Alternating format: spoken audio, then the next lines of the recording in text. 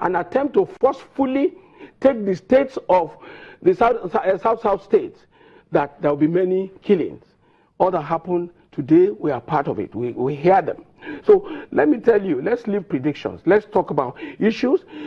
IMF and MMF, whatever name they call it, December is not far from now. A number of things I come out to say publicly, will come to pass. Watch it very well. Some of those things you said in 2015 didn't actually come true in 2016. Can you read just like five of them? A few things that you said. Well, I'm not saying 100%. In 2015 did not come. You said power generation would drop to its lowest ebb. No, power did not. Power has gone up. But power, in fact, as of today, we have lost close to about 2,000 megawatts. You said Chibok girls will not return. No, may I say to you, the story of Chibok girls is there's a rules. I've been saying this. Yes, complete rules. Those girls were trained to act for Nigerians. And I'm telling you, this story will come back one day. I don't hide to say this, I said it before.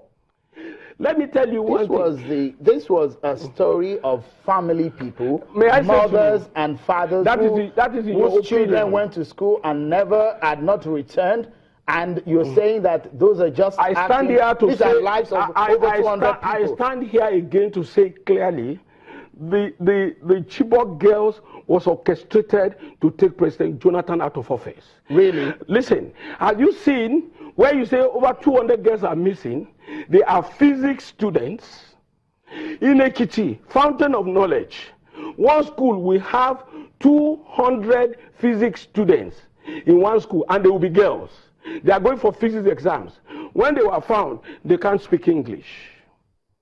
They cannot speak correct English. Does that take away the fact that these are lives of people? You're a governor of a state, and for example, a lot of people will be concerned because this was an issue that took I don't follow multitude to lie. I don't create lies. I'm a very blunt person. You might not like me. You can live with it.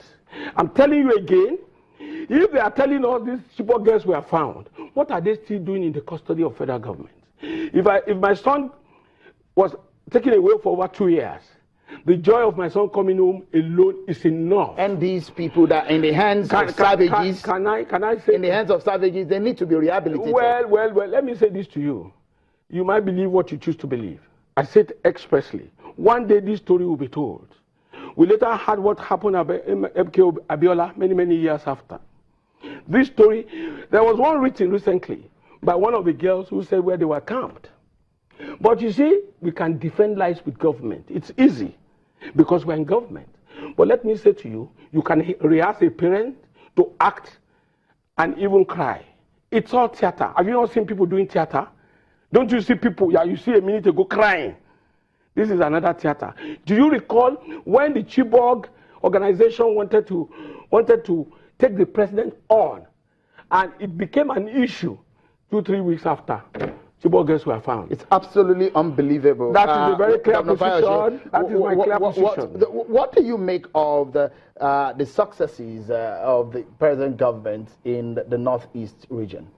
What do I make of? Of the successes of the government in the insurgency fight in the Northeast. You see, let us get this right. Let me start by the last incident. And I want to tell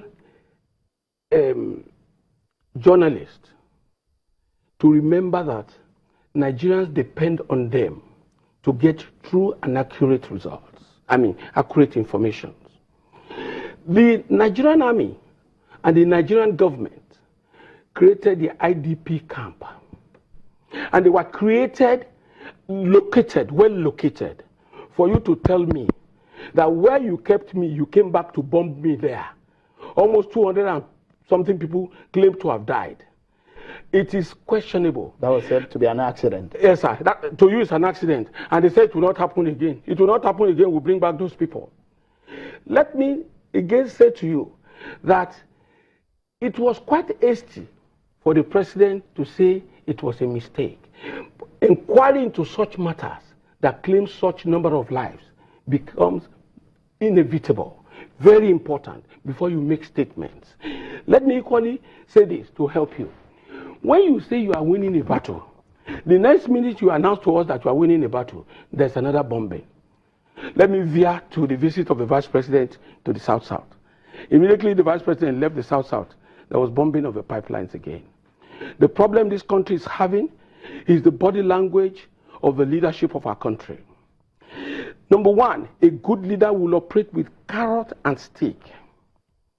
The way you make the best of your government is entirely your business. The situation, let's quickly look at, because I want to come back to Northeast issues. The situation where the president will go out of the country and say, my people are chiefs. Let me go further. The policies that say to Nigerians, we have stopped domiciliary accounts, we have brought back domiciliary accounts. A lot of people now went to the banks. Immediately they saw that opening, they took all the money out of Nigeria. That was how we found ourselves in this situation. This government does not have economic plans that can stand the test of time. You overseeing a population of 160 million Nigerians, able bodies who are well read, international scholars from Nigeria, running the economy of other nations. We cannot find men like 50 to assist us.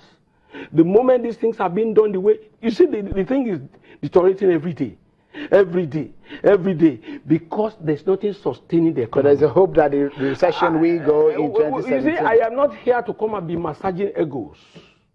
I'm not here to come and be telling Nigerians, you see, a blind man says, when you promise me food, put it in my mouth.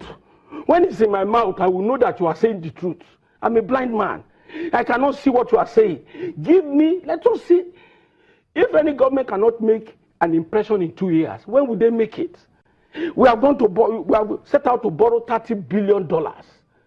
Our foreign reserve is about $24 billion. So when will we pay back? The consequential effect of all these things is for years to come. Okay. Mr. Fayose, we'll take a moment now, but when we return, more issues on the Nigerian economy and the state of the nation from the governor of Ekiti State and the chairman of the PDP Governors Forum. That's next when we return. Stay with us.